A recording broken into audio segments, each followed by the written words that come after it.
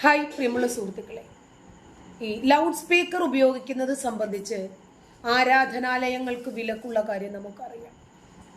പക്ഷേ ഇസ്ലാം മതവിശ്വാസികൾ 1 കിലോമീറ്ററിനകത്ത് 5ഉം 10ഉം പള്ളികളും പണിതു വെച്ച് ഇങ്ങനെ എൻ്റെ പടച്ചവൻ ഏറ്റവും വലിയവനാണ്, എൻ്റെ പടച്ചവൻ ഏറ്റവും വലിയവനാണ് എന്ന് വിളിച്ചു പോകും.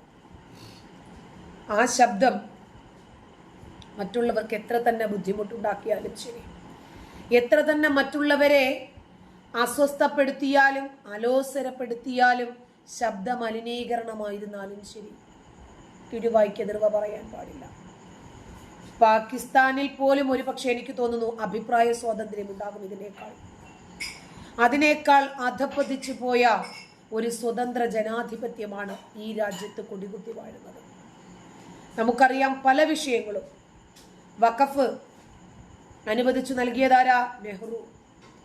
കോടതിക്ക് പോലും ഇടപെടാൻ സാധിക്കാത്ത രൂപത്തിൽ ആ നിയമം ഭേദഗതി ചെയ്തു കൊടുത്ത് എല്ലാ അധികാരവും വഖഫിന് കൊടുത്തതാരാ? നരസിംഹറാവു.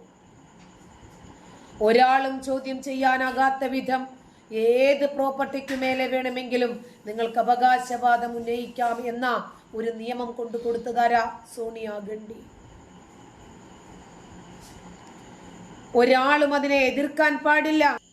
ഉമ്മൻചാണ്ടി, വി.ഡി. സതീശൻ, നരസിംഹറാവു, സോണിയാഗാന്ധി, നെഹ്റു, നരസിംഹറാവു ഇവരെല്ലാവരും ചേർന്ന് ഈ രാജ്യത്തെ ഒറ്റുകൊടുക്കുകയായിരുന്നു ശരിക്കു പറഞ്ഞാൽ. എന്നാൽ ഈ മതേതര രാജ്യത്ത് മതത്തിന്റെ പേരിൽ ഭാഗം വാങ്ങിപ്പോയവർ ആ വഴിക്ക് പൊയ്ക്കോണമെന്നും ഇത് മതേതര വിശ്വാസികൾക്കുള്ള നാടാണെന്നും മതേതര വിശ്വാസികളുടെ സമ്പത്ത് കൊള്ളയടിക്കാൻ ഇനി നിങ്ങളെ അനുവദിക്കില്ല എന്നും പുതിയ ഒരു നിയമം മാറ്റി തിരുത്തുകയാണ് നരേന്ദ്രമോദി. ആരാണ് രാജ്യ താല്പര്യത്തിനൊപ്പം നിൽക്കുന്നത്?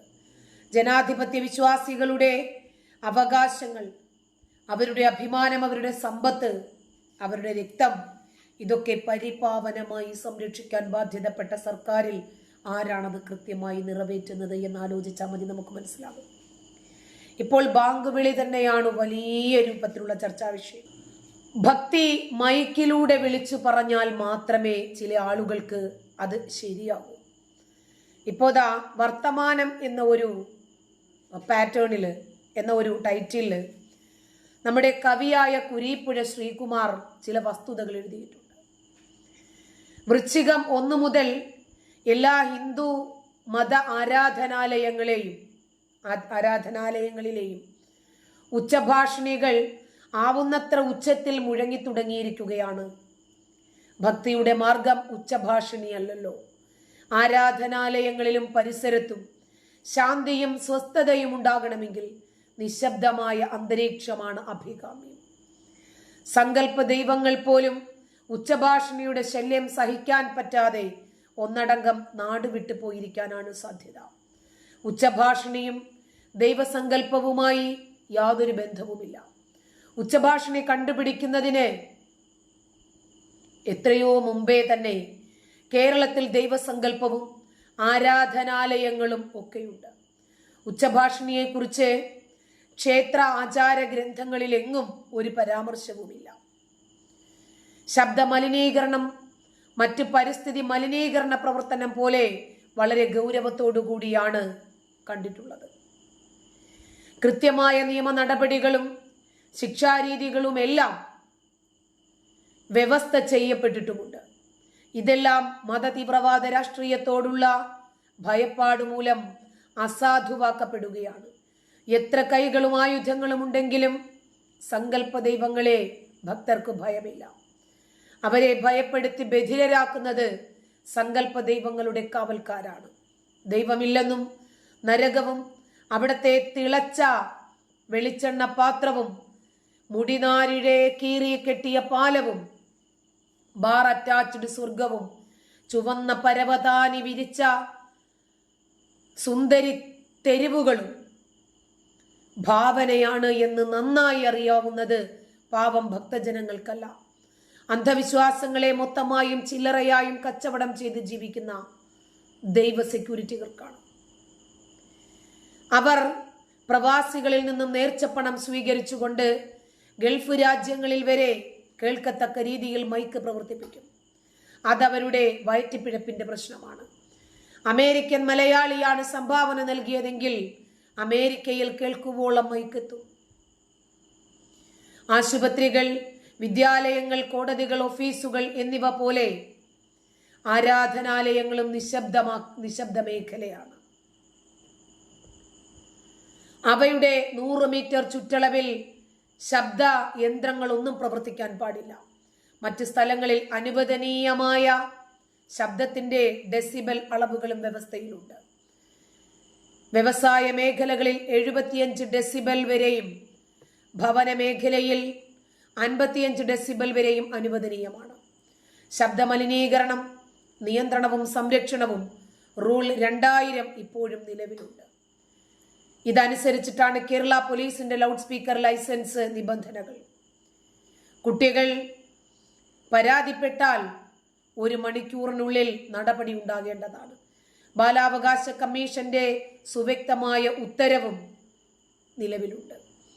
നിയമം ലംഘിച്ചാൽ 5 വർഷം തടവും 1 ലക്ഷം രൂപ വരെ പിഴയും ശിക്ഷയുണ്ട്. ഉപകരണങ്ങൾ പോലീസിന് പിടിച്ചെടുത്ത് കോടതിയിൽ ഹാജരാക്കാവുന്നതുമാണ്. അമിതമായ ശബ്ദം മനുഷ്യരുടെയും മറ്റ് ജീവജാലങ്ങളുടെയും ആരോഗ്യത്തിന് ഹാനികരമായതുകൊണ്ടാണ് പ്രധാനമായും ഈ നിയമങ്ങളൊക്കെ നിർമ്മിച്ചിട്ടുള്ളത്. വ്യക്തികളുടെ സ്വകാര്യതയും സമാധാനവും സംരക്ഷിക്കപ്പെടണമെന്നതും പ്രധാനപ്പെട്ട കാര്യമാണ്. എല്ലാവിധ പൊതുസമ്മേളനങ്ങൾക്കും ഈ ശബ്ദ നിയന്ത്രണം ബാധകമാണ്. ആരെങ്കിലും ഇത് ലംഘിച്ചാൽ 112 എന്ന നമ്പറിലേക്ക് അറിയിക്കേണ്ടതാണ്. അവിടെ നിന്നും സ്ഥലം പോലീസ് സ്റ്റേഷനിലേക്ക് അറിയിപ്പ് കൊടുക്കും. ഉടൻ നടപടി ഉണ്ടാകേണ്ടതാണ്. എന്നാൽ ആരാധനാലയങ്ങളുടെ സാമ്പത്തിക ദാഹികൾ കാട്ടുന്ന മത തീവ്രവാദ ശക്തികളുടെ ഭീഷണിക്ക് മുന്നിൽ നിയമപരുന്തിന്റെ ചിറകുകൾ കുഴഞ്ഞു പോകാറുണ്ട്. ഏത് അധികാരിക്കും പരാതി കൊടുക്കാനുള്ള അവകാശം പൗരർക്കുണ്ട്. പോലീസ് സ്റ്റേഷനിൽ നിന്നും നീതി ലഭിച്ചിട്ടില്ലെങ്കിൽ ജില്ലാ പോലീസ് സൂപ്രണ്ടിനും ജില്ലാ കളക്ടർക്കും സംസ്ഥാന പോലീസ് മേധാവിക്കും ആഭ്യന്തര വകുപ്പിന്റെ ചുമതലയും കൂടിയുള്ള മുഖ്യമന്ത്രിക്കും ഒക്കെ പരാതി സമർപ്പിക്കാവുന്നതാണ്. എവിടെ നിന്നെങ്കിലും പൗരാവകാശം സംരക്ഷിച്ച് കിട്ടുമെന്ന് ഉറപ്പാക്കാവുന്നതാണ്. ആലപ്പുഴയിലെ PP സുമനൻ, കൊല്ലത്തെ മനു തുടങ്ങിയവർ ശബ്ദ മലിനീകരണ പ്രവർത്തനങ്ങളുടെ കാര്യത്തിൽ ഏറെ മുന്നോട്ട് പോയിട്ടുള്ളവരാണ്. ഇവരുടെ നേതൃത്വത്തിൽ വാട്സപ്പ് ഗ്രൂപ്പുകളും പ്രവർത്തിക്കുന്നുണ്ട്. അമ്പല കമ്മിറ്റിക്കാർ, ഭക്ത ജന കൂട്ടായ്മ എന്നൊക്കെയുള്ള കള്ളപ്പേരുകളിൽ പോസ്റ്റർ അടിച്ച് ഒട്ടിക്കാറുമുണ്ട്. നാമജപഘോഷയാത്ര പോലും സംഘടിപ്പിച്ചെന്നും വരാം. അതൊക്കെ അവർ മുന്നോട്ട് വെക്കുന്ന സംഹാരശക്തി സ്വരൂപിണിയായ ദൈവസങ്കല്പത്തിന്റെ ശക്തിരാഹിത്യത്തിന് തെളിവായി മാത്രമേ മാറുകയുള്ളൂ. മണ്ഡലകാലം മൈക്കുവെച്ചു കെട്ടി അഹങ്കരിച്ച് ആഘോഷിക്കുമ്പോൾ ചവിട്ടി അരയ്ക്കപ്പെടുന്നത് മനുഷ്യന്റെ സമാധാനമാണ്. സ്വസ്ഥ ജീവിതം ആഗ്രഹിക്കാത്ത മനുഷ്യരില്ല. കിടപ്പ് രോഗികളെ സംബന്ധിച്ചിട്ടാണെങ്കിൽ തടവറയ്ക്ക് ചുറ്റും സിംഹഗർജനം ഉണ്ടായാലത്തെ അനുഭവമായിരിക്കും. എഴുത്തുകാർക്ക് വായിക്കുന്നതിലുള്ള ശ്രദ്ധയും എഴുത്തിലുള്ള ഏകാഗ്രതയും വളരെ പ്രധാനപ്പെട്ടതാണ്. വിദ്യാർത്ഥികൾക്ക് ശബ്ദരഹിതവും സ്വസ്ഥവുമായ അന്തരീക്ഷവും പഠനത്തിന് അത്യാവശ്യമാണ്. മൈക്കുകൾ മിതമായിരിക്കട്ടെ, ശാന്തമായ കേരളം നമ്മുടെ അവകാശമാണ്. ഇങ്ങനെയാണ് അദ്ദേഹത്തിന്റെ ലേഖനം അവസാനിക്കുന്നത്. അല്ലെങ്കിൽ തന്നെയും ആരാധനാലയങ്ങളിൽ ഈ മൈക്ക് വയ്ക്കുന്ന രീതി ഏതെങ്കിലും മനുഷ്യന്മാരുണ്ടാക്കിയ, അതല്ലെങ്കിൽ പടച്ചോൻ ഇറക്കിയെന്ന് പറയുന്ന ഏതെങ്കിലും ഗ്രന്ഥങ്ങളിലുണ്ടോ ഇങ്ങനെ വിളിച്ചു കൂവി ആരാധനയ്ക്കുള്ള സമയം അറിയിക്കണമെന്ന് പറഞ്ഞിട്ട്? മുസ്ലിങ്ങളുടെ ശബ്ദത്തെ സംബന്ധിച്ചു മാത്രം മുസ്ലിങ്ങളുടെ ആരാധനാലയങ്ങളിലെ ഇത്തരം വഅള് പരമ്പരകളായിരുന്നാലും നബിദിനത്തിന്റെ ഘോഷയാത്രകളായിരുന്നാലും ബാങ്ക് വിളിയാണെങ്കിലും വെള്ളിയാഴ്ചത്തെ കുത്തുബകളാണെങ്കിലും നോമ്പുകാലത്തെ ദീർഘമായിട്ടുള്ള രാത്രി നമസ്കാരവും ഖുർആൻ പാരായണങ്ങളും ഖുർആൻ പ്രഭാഷണങ്ങളും ഒക്കെയാണെങ്കിലും ഇതിനെ സംബന്ധിച്ച് സംസാരിക്കാൻ, എതിർക്കാൻ അധികം ആളുകൾക്കും ഭയമാണ്. കാരണം ഇത് മതമായതാണ് ഇവിടത്തെയും വില്ലത്തരം.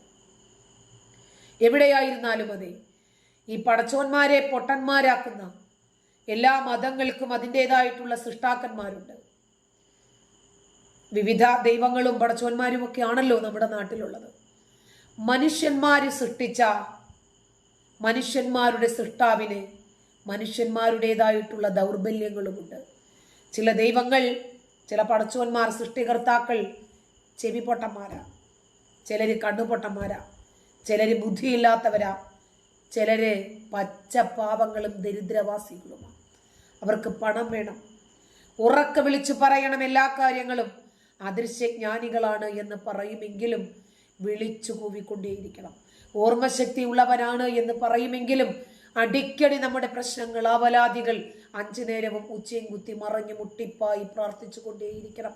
എന്നാൽ മാത്രമേ അതിനൊക്കെ ഒരു തീർപ്പ് കൽപ്പിക്കാൻ ഈ പടച്ചോന്മാർ 7ാം ആകാശത്ത് നിന്നും 1ാം ആകാശത്തേക്ക് ഇറങ്ങി വരൂ. മനുഷ്യന്മാരെന്നായിരിക്കും ഇനി ബോധത്തോടു കൂടി ചിന്തിച്ചു തുടങ്ങുന്നത്. നന്ദി.